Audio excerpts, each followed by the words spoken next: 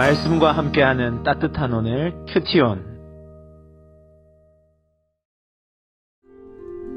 악인이 의인치기를 꾀하고 그를 향하여 그의 일을 가는도다. 그러나 주께서 그를 비웃으시리니 그의 날이 다가옴을 보심이로다.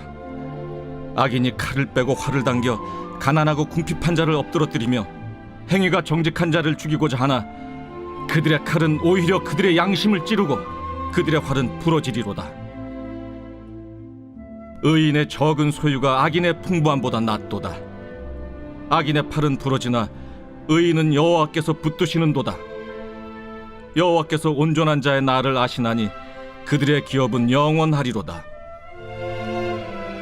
그들은 환난 때에 부끄러움을 당하지 아니하며 기근의 날에도 풍족할 것이나 악인들은 멸망하고 여호와의 원수들은 어린 양의 기름같이 타서 연기가 되어 없어지리로다. 악인은 꾸고 갚지 아니하나 의인은 은혜를 베풀고 주는도다. 주의 복을 받은 자들은 땅을 차지하고 주의 저주를 받은 자들은 끊어지리로다. 여호와께서 사람의 걸음을 정하시고 그의 길을 기뻐하시나니 그는 넘어지나 아주 엎드러지지 아니함은 여호와께서 그의 손으로 붙드심이로다. 내가 어려서부터 늙기까지 의인이 버림을 당하거나 그의 자손이 걸식함을 보지 못하였도다. 그는 종일토록 은혜를 베풀고 꾸어주니 그의 자손이 복을 받는도다. 할렐루야. 말씀과 함께하는 따뜻한 오늘 큐티온 12월 2일 금요일입니다. 우리 함께 기도를 시작하겠습니다. 사랑의 하나님, 오늘 이 금요일 이 하루도 말씀 가운데 함께 하시고 우리를 붙잡아 주시옵소서. 감사드리며 이 모든 말씀 우리 예수 그리스도 이름으로 기도드립니다. 아멘. 오늘 말씀은 시편 37편 12절에서 16절까지 말씀입니다. 오늘 우리가 읽은 시편 37편을 세 가지 단락으로 나눌 때 두 번째 단락에 해당하는 부분인데요. 의인과 악인, 그 두 사람의 삶을 비교하며 우리들에게 그 삶을 보여주고 있습니다. 특별히 이 의인을 하나님께서 어떻게 대하시는지, 악인을 어떻게 대하시는지 하나님의 반응, 의인과 악인을 대하시는 하나님의 반응이 나오는데요. 우리 먼저 13절 말씀을 함께 보겠습니다. 13절은 이렇게 말합니다. 그러나 주께서 그릇을 비웃으시리니 그의 날이 기움을 보심이로다. 악인을 향한 하나님의 반응이 나옵니다. 바로 그것은 무엇이냐? 참 놀라운 말입니다. 성경에 이런 말이 기록되어 있다는 것이 참 재밌지 않습니까? 하나님께서 악인을 비웃으신다는 것입니다. 악인이 형통해 보입니다. 악인의 삶이 원활해 보입니다. 그는 그의 꾀를 의지하여서 잘 되는 것처럼 보입니다. 우리들 마음에 시기하는 마음이 생기는 것처럼 보입니다. 하지만 우리가 왜 그 삶을 부러워하거나 그 삶을 따라가서는 아니 되느냐? 하나님께서 그 사람을 비웃으신다는 겁니다. 사람들은 많이 이룬 것 같다, 흔들리지 않는 것 같다고 말하시지만 하나님은 비웃으십니다. 그의 날이 이미 기울어 있기 때문입니다. 하나님께서 그를 비웃으시고 하나님이 불어 이 땅 가운데서 날리실 수도 있을 것입니다. 또한 그가 그렇게 살다가 결국은 무너지는 영원한 하나님의 심판대 앞에서 심판받을 수 있습니다. 그의 삶은 짧게든 길게든 허물어질 수밖에 없는 모래성이라는 것을 우리는 알아야 됩니다. 그래서 하나님께서는 그 악인을 비웃으신다고. 악인은 자신은 꾀를 내고 지혜를 내서 잘 살고 잘 산다고 생각하겠지만 하나님 보시면 그것은 아무것도 아니라는 겁니다.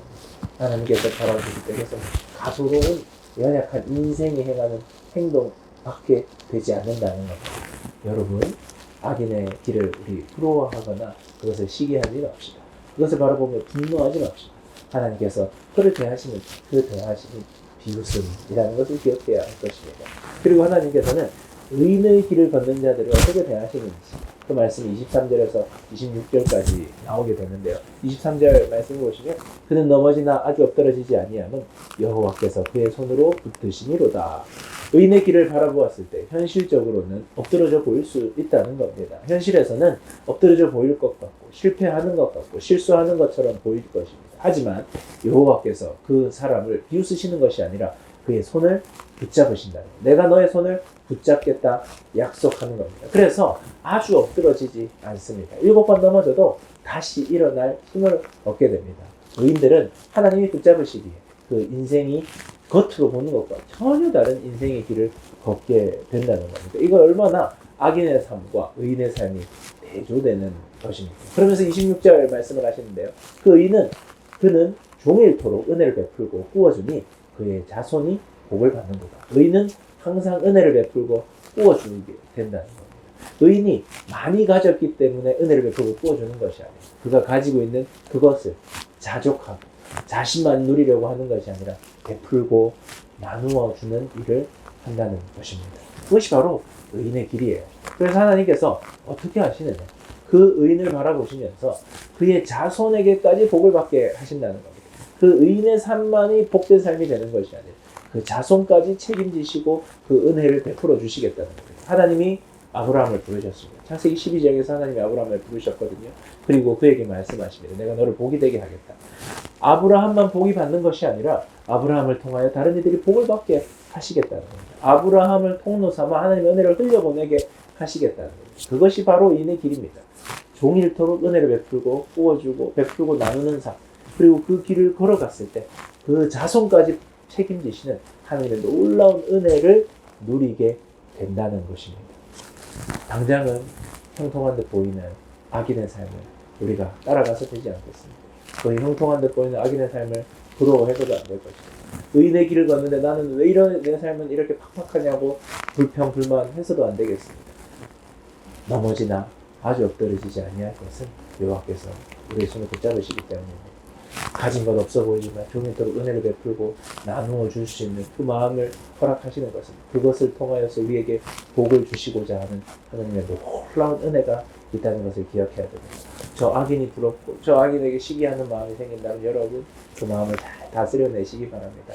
하나님께서는 그를 비웃으시며 그의 기움을 이미 바라보고 계시다는 이 말씀을 붙잡음으로 우리 모두 악인의 길에 서기 위하여 그 길을 따라가는 것이 아니라 의인의 길, 현실적으로는 엎드려 보일 수 있지만 하나님의 손을 붙잡는 그 길, 은혜를 누리고 베풀고 나눠주는 그 길, 자손에게까지 복이 흘러가는 그 길에서는 우리 모든 세문안의 청년들 되기를 축복합니다. 묵상을 위한 질문입니다. 의로운 일을 하려 할 때에 어떤 어려움을 겪고 있습니까? 의로운 일을 하려고 하는 것이 내 마음이 꺾여지는 어려움이 있습니까? 오늘 말씀을 붙잡음으로 의인의 손을 붙잡으시는 하나님의 기억함으로 우리 그 일을 극복해 나가면 좋겠습니다. 묵상을 하며 들으면 좋은 찬양은 신실하게 진실하게 라는 찬양인데요. 신실하게 진실하게 거룩하게 살게 하소서. 의인의 길에 서고자 하는 우리들의 간절한 소망을 담아 이 찬양을 오늘 하루 묵상하면 좋겠습니다. 우리 함께 기도하겠습니다.